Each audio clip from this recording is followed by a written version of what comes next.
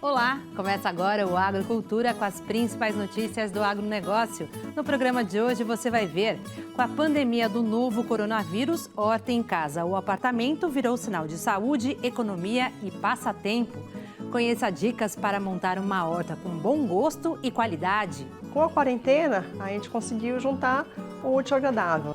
E a facilidade, né? Eu vou ali, eu pego, venho, pico, faço, não dependo de guardar, de estragar, nada disso. Etanol chama atenção em Dubai, nos Emirados Árabes, paraíso do petróleo. O combustível brasileiro ganha visibilidade e está na rota dos negócios no mundo árabe. Fazer brotar uma cidade como essa no meio do deserto tem lá os seus truques. E andando aqui pela rua a gente descobriu um deles. Aqui eles estão fazendo uma espécie de jardim. E você vai ver também. 5 nuvens de gafanhotos estão sendo monitoradas. A mais próxima está a 600 quilômetros da fronteira gaúcha. Agricultores do sul do Brasil permanecem em vigilância.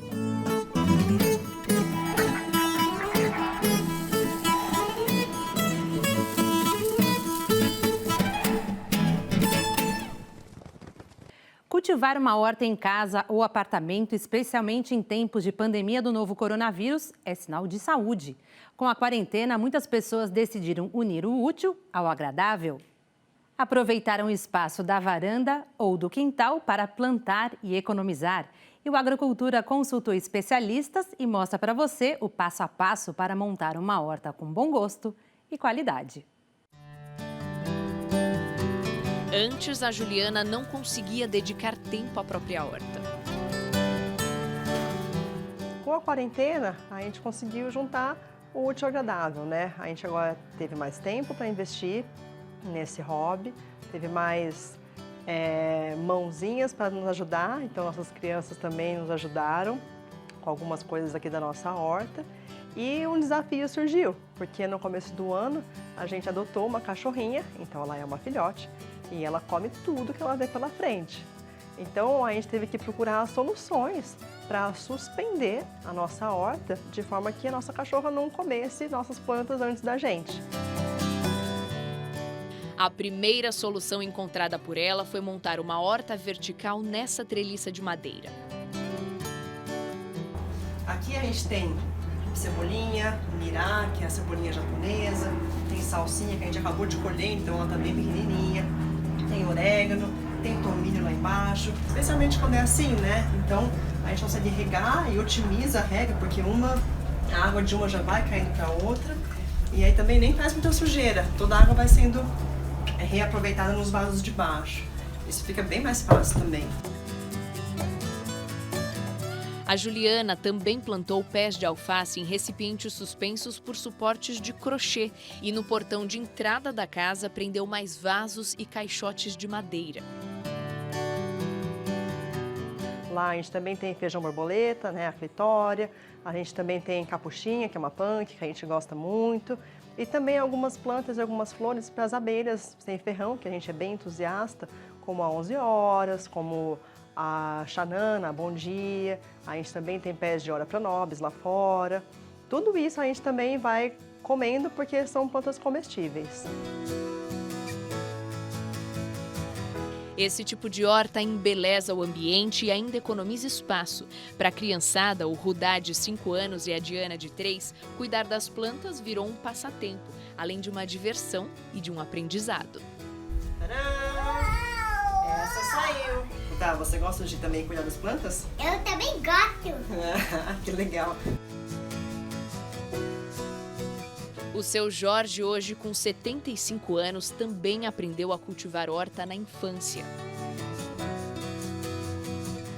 Eu, quando criança, 7 anos, a minha mãe, nós tínhamos um terreno bom, minha mãe plantava a horta para a gente alimentar e às vezes até vendia também. Então, quando não estava na escola, não estava estudando, eu estava ajudando meu pai ou mexendo na horta. E não precisa de muito. Os recipientes podem, inclusive, serem adaptados. Nós podemos trabalhar desde uma latinha furada embaixo, passando por uma garrafa PET reciclada, cortada ao meio, com furinhos para drenar a água. Nós podemos chegar num vaso, numa jardineira, numa bandeja. Então, qualquer recipiente que você consiga colocar um substrato ou um solo, certo? E colocar as mudas ou as sementes para crescerem e depois deixar no sol, é suficiente para essa horta doméstica.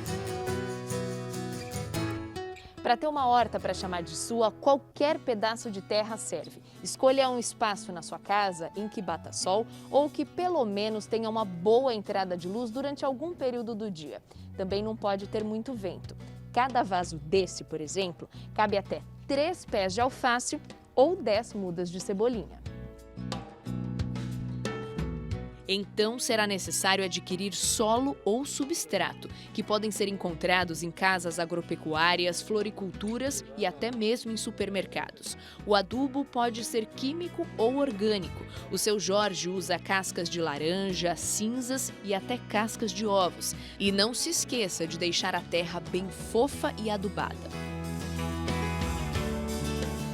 São ferramentas pequenas para você usar em vaso, certo? Uma pazinha, um rastelinho, mas quem não tem, você pode usar uma colher da cozinha ou seu próprio garfo para poder estar fazendo essa movimentação, porque o volume é muito pequeno. Mexer na terra só tem um problema: vicia. Eu tenho cebolinha, salsinha, alecrim, manjericão, tenho hortelã, alface, e agora eu estou pensando em colocar outras coisas que eu preciso trazer mais vasos. E também vira terapia. Acho que uma das coisas que mais acalma a pessoa é mexer com terra.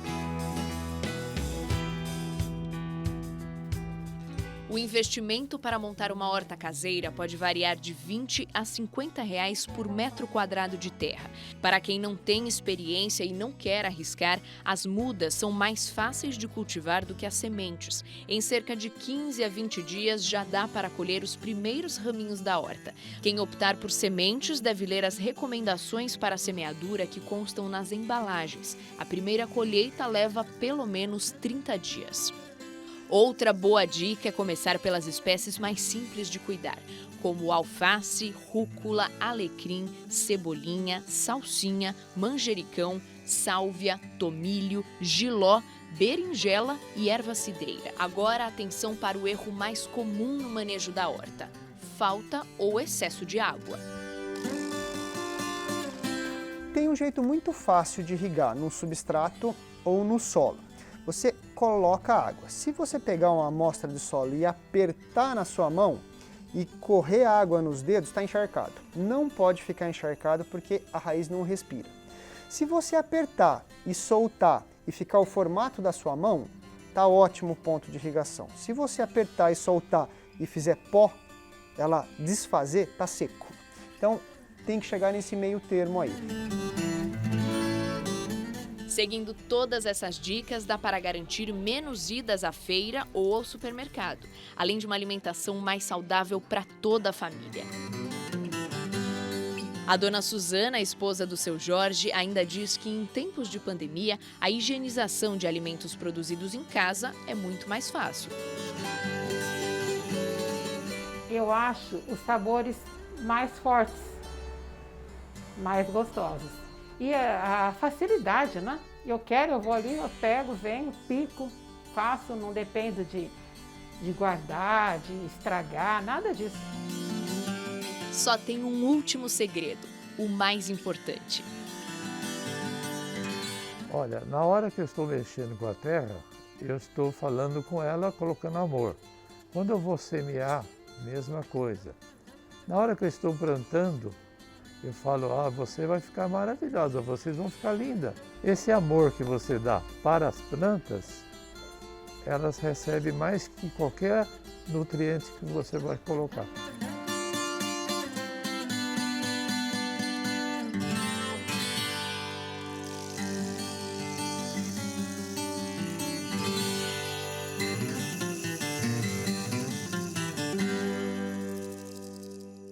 Você vai ver ainda nesta edição, etanol brasileiro para Dubai. Enviar mais combustível para os árabes é um negócio à vista. E a seguir as notícias do campo da semana.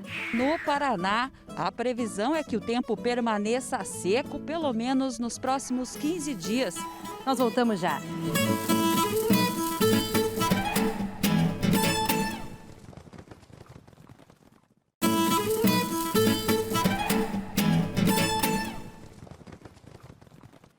Confira agora as principais notícias do campo. Uma nuvem de gafanhotos invadiu a estrada. Motoristas tiveram que redobrar a atenção. As altas temperaturas, com máximas passando de 30 graus e ventos fortes, favoreceram o deslocamento dos insetos no norte da Argentina. 4 províncias foram invadidas pelos gafanhotos: Formosa, Chaco, Salta e Santiago del Estero. A aproximação dos insetos deixou outras 7 localidades em alerta. 5 nuvens de gafanhotos estão sendo monitoradas. A mais próxima está a 600 quilômetros da fronteira gaúcha. Agricultores do sul do Brasil permanecem em vigilância. Segundo técnicos, uma das nuvens de gafanhotos, com 20 quilômetros de extensão, chegou a ter quase 1 bilhão de insetos. O deslocamento atinge 150 quilômetros por dia. Há um plano de combate aéreo com uso de produtos químicos e biológicos. Aviões agrícolas estão de prontidão para serem acionados. O Senado aprovou o projeto que estende o auxílio emergencial de R$ 600 a agricultores familiares. O texto segue para a sanção presidencial. Serão 5 parcelas de R$ 600. Os pré-requisitos são não ter emprego formal nem receber outro benefício previdenciário, exceto Bolsa Família ou seguro-defeso. Ter renda familiar de até meio salário mínimo, em torno de R$ 522, ou renda familiar total de até 3 salários mínimos. O mês de julho foi marcado pela estiagem nas regiões agrícolas do Brasil, exceto no sul e no norte, onde o volume de chuvas ultrapassou 180 milímetros. Por outro lado, a baixa umidade do ar favorece as queimadas. Só no dia 31, o último do mês de julho, o INPE registrou 74 focos de incêndio em Rondônia e mostrou que as queimadas na Amazônia cresceram 28%. Mesmo com o tempo um pouco mais seco, os produtores se preparam agora para a colheita do algodão, cultura que é nova aqui no estado. São 10 mil hectares de área plantada. A expectativa para esse ano é de recorde. Você vai ver agora os efeitos do clima em Roraima com a repórter Rafaela André. Pois é, Yuri, diferente de outras regiões agrícolas do Brasil que foram marcadas pela estiagem, aqui em Roraima, no mês de julho, o volume de chuva foi superior a 240 milímetros, o que não prejudicou o bom desenvolvimento das lavouras de soja. Com um calendário diferente do restante do país, Roraima se prepara para iniciar a colheita do grão entre agosto e setembro e espera ampliar a produtividade. Por aqui são cultivados cerca de 50 mil hectares. O plantio iniciou em abril e seguiu até junho. Como a colheita é feita ainda no mesmo ano, a safra é considerada 2020 e a perspectiva é colher pelo menos 165 mil toneladas do grão. Agora você vê os efeitos do clima no Rio Grande do Norte com a repórter de Assis Oliveira. Pois é, Rafaela, aqui no Rio Grande do Norte as chuvas que caíram no mês de julho superaram aí as expectativas dos especialistas. De acordo com a Imparni, no interior do estado, choveu além do esperado em comparação ao mesmo período do ano passado. Uma situação aí que favoreceu a agricultura, que vinha sofrendo aí durante os últimos 6 anos com a estiagem que assolou o Nordeste. Agora a gente vê como é que está a situação do clima no Pará com o repórter Diogo Pugé. Pois é, Diassis, no Pará, as chuvas do mês de julho não podem ser consideradas como um problema. Afinal de contas, por aqui entramos no chamado verão amazônico. De acordo com informações da Secretaria de Meio Ambiente e Sustentabilidade, os índices pluviométricos ficaram entre 50 e 150 milímetros, números que devem continuar pelos próximos meses, assim como as altas temperaturas. Para Belém, a capital do estado, a previsão é de até 35 graus. Já na região sul do Pará, essa temperatura pode atingir os 38, com sensação térmica de 40. A vantagem é que, por estar localizado na Amazônia, o Pará tem muitos rios e a população não enfrenta problemas com secas e estiagem. Quem agradece é o setor do agronegócio. A cada ano que passa, os números aumentam. Já são mais de 1,5 milhão de pessoas empregadas no setor. O estado lidera o ranking de produção nacional em 6 itens: açaí, cacau, pimenta do reino, abacaxi, dendê e mandioca. Agora a gente vai saber os efeitos do clima no Mato Grosso do Sul com a repórter Elza Recaldes. Então, Diogo, no Mato Grosso do Sul, este é um período de seca, normal para esta época do ano. A chuva acumulada neste período foi menor do que 30 milímetros. Já as temperaturas máximas oscilaram entre 25 e 33 graus. Mas mesmo com baixo volume de chuva registrado no mês, o clima foi favorável para a maturação da lavoura do milho e trouxe também bons resultados na colheita do algodão. E agora você vê como foi o efeito do clima em Goiás, com a repórter Camila Rodrigues. É isso aí, Elza. Em Goiás, o baixo volume de chuvas registrado nas 2 últimas semanas de julho contribuiu para acelerar a maturação das lavouras de milho segunda safra. A colheita já atingiu 70% e os trabalhos devem avançar até o dia 15 de agosto. A produtividade média deve ficar em 100 sacas por hectare. O produtor que ainda não vendeu toda a sua produção espera uma alta nos preços do grão para finalizar a comercialização. E agora você vê o efeito do clima no Paraná com a repórter Priscila Zambolim. Pois é, Camila, no Paraná, a previsão é que o tempo permaneça seco pelo menos nos próximos 15 dias. Segundo o Departamento de Economia Rural da Secretaria de Agricultura. No estado, toda a área de trigo foi semeada, mas a cultura está necessitando de chuvas. O tempo seco também afetou o desempenho da segunda safra do feijão. No caso do milho, de acordo com o Departamento de Economia Rural, a alta tecnologia tem ajudado a reduzir as perdas causadas pela estiagem. A segunda safra do cereal também está em início de colheita. Você vê agora os efeitos do clima em Santa Catarina com o repórter Luiz Turati. Aqui em Santa Catarina, o mês de julho registrou a menor temperatura de 2020, 8 graus negativos na cidade de Urupema, na região serrana. Ainda assim, a queda de temperatura favoreceu as plantações de maçã, que são um dos destaques do agronegócio catarinense. Isso aconteceu porque no processo de dormência, as macieiras precisam de 750 horas abaixo de 7,2 graus para florescerem em setembro e serem colhidas em fevereiro. A expectativa é de que a safra de maçã 2021 supere a deste ano, que rendeu 578 mil toneladas. Você vê agora como foi o efeito do clima em São Paulo, com o repórter Chico Lourenço. No interior de São Paulo, o clima seco acelerou a moagem da cana-de-açúcar. As condições climáticas possibilitaram o corte e o transporte dessa cultura com alta eficiência, principalmente na última quinzena de julho, quando houve um recorde na moagem quinzenal da safra 2020-2021. Devido ao reflexo da maior moagem, da melhor qualidade da matéria-prima e do mix açucareiro, a produção de açúcar aumentou em relação à safra anterior.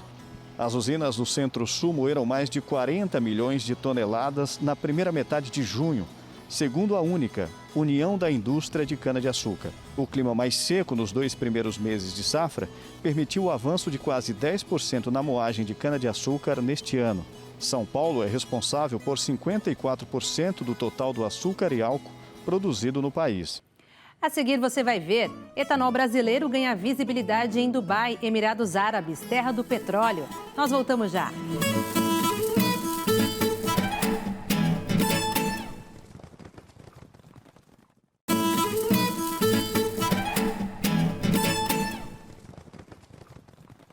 O agronegócio paulista quer aumentar a presença no mercado árabe, inclusive com um produto inusitado para um lugar onde brota petróleo.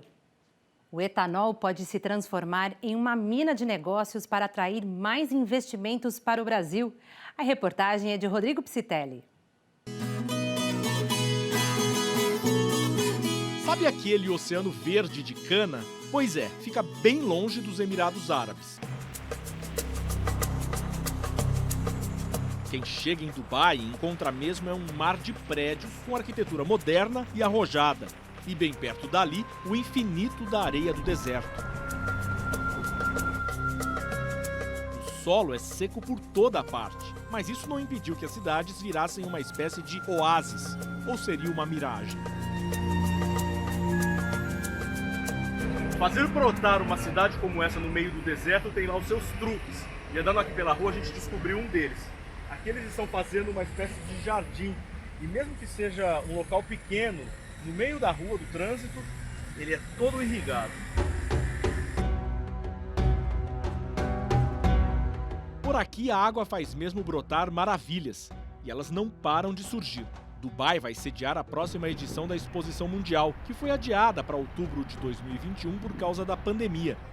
No início do ano, uma comitiva de autoridades e empresários paulistas visitou as obras da Expo e se encontrou com dirigentes para discutir parcerias.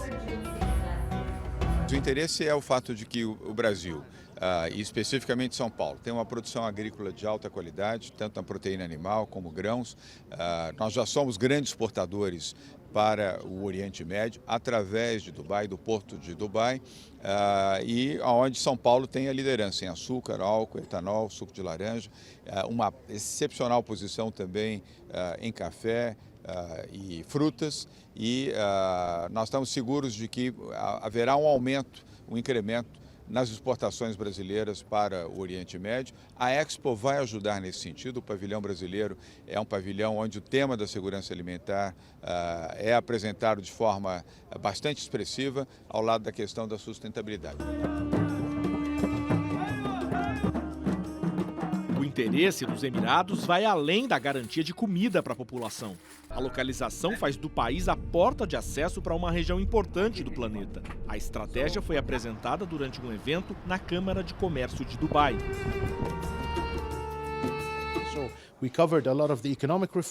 Nós definitivamente falamos sobre a agricultura e as diferentes partes da indústria do agronegócio, que é uma questão muito forte, porque segurança alimentar é algo muito importante para esta região, o Oriente Médio, mas também em termos do subcontinente africano e da Ásia, disse o representante da Câmara. Empresários da comitiva paulista ficaram animados com as oportunidades. Com o apoio de um escritório local do governo de São Paulo, negócios foram encaminhados. Por exemplo, com produtos como feijão e café. A oportunidade é muito grande, a oportunidade é incrível. O interesse dos Emirados de passar de óleo para outros produtos é extremo. E nós no Brasil nós produzimos o melhor em diversos setores, principalmente no agrícola. Produtores brasileiros querem abrir mercado até mesmo para um produto inusitado no mercado árabe, o etanol. Parece loucura pensar nesse tipo de negócio no Oriente Médio, onde estão as maiores reservas mundiais de petróleo. Antes da pandemia, daqui saíam mais de 16 milhões de barris por dia. Aqui nos Emirados, no Oriente Médio, tem uma relação com o petróleo mais próxima, mas há uma importação de etanol. Boa parte do etanol importado é americano. A gente tem feito um trabalho para que o etanol brasileiro também faça parte. No ano passado, o Brasil exportou quase 2 bilhões de litros de etanol, a maior parte para o continente americano. Segundo a União da Indústria Canavieira, o etanol de cana é o biocombustível mais limpo do mundo. Desde o lançamento dos veículos Flex até fevereiro de 2019, o uso do etanol evitou a emissão de 535 milhões de toneladas de gás carbônico na atmosfera. Nós temos mostrado que o etanol misturado à gasolina é uma solução fantástica, simples e barata para a transição energética para uma economia de baixo carbono. E os Emirados Árabes, como um dos maiores produtores de petróleo e derivados do mundo e, ao mesmo tempo, um dos protagonistas da transição energética, tem olhado isso com muito carinho. Inicialmente ficavam surpresos e hoje cada vez mais veem que isso pode fazer sentido para eles. Apesar de curiosa, a relação do nosso etanol com os Emirados Árabes não é exatamente uma novidade. Dados da Única indicam que entre agosto e setembro de 2013, o Brasil exportou para lá 65 milhões de litros do produto. Foi algo pontual. Conquistar este mercado exige insistência e paciência, ou, em outras palavras, planejamento. Querem ter previsibilidade, querem entender como funciona e os resultados que nós já colhemos no Brasil e que poderiam ser colhidos aqui. Por enquanto, a relação vive a fase da troca de ideias. A entidade que representa o setor no Brasil sabe que o processo é longo e está só começando. Mas também sabe que quando os árabes decidirem trocar a matriz de combustíveis, quem estiver com o pé por lá vai levar vantagem. Por isso, a Única fez questão de participar da missão empresarial paulista como uma forma de plantar sementes. Com a previsibilidade adequada, os incentivos mercadológicos adequados, o Brasil tem hoje uma indústria altamente testada, madura e com capacidade de expansão. Buscar mercados mundo afora pode garantir ao setor a estabilidade que o mercado interno às vezes não oferece. E nos Emirados Árabes, como todo mundo sabe, o sol sempre vai brilhar.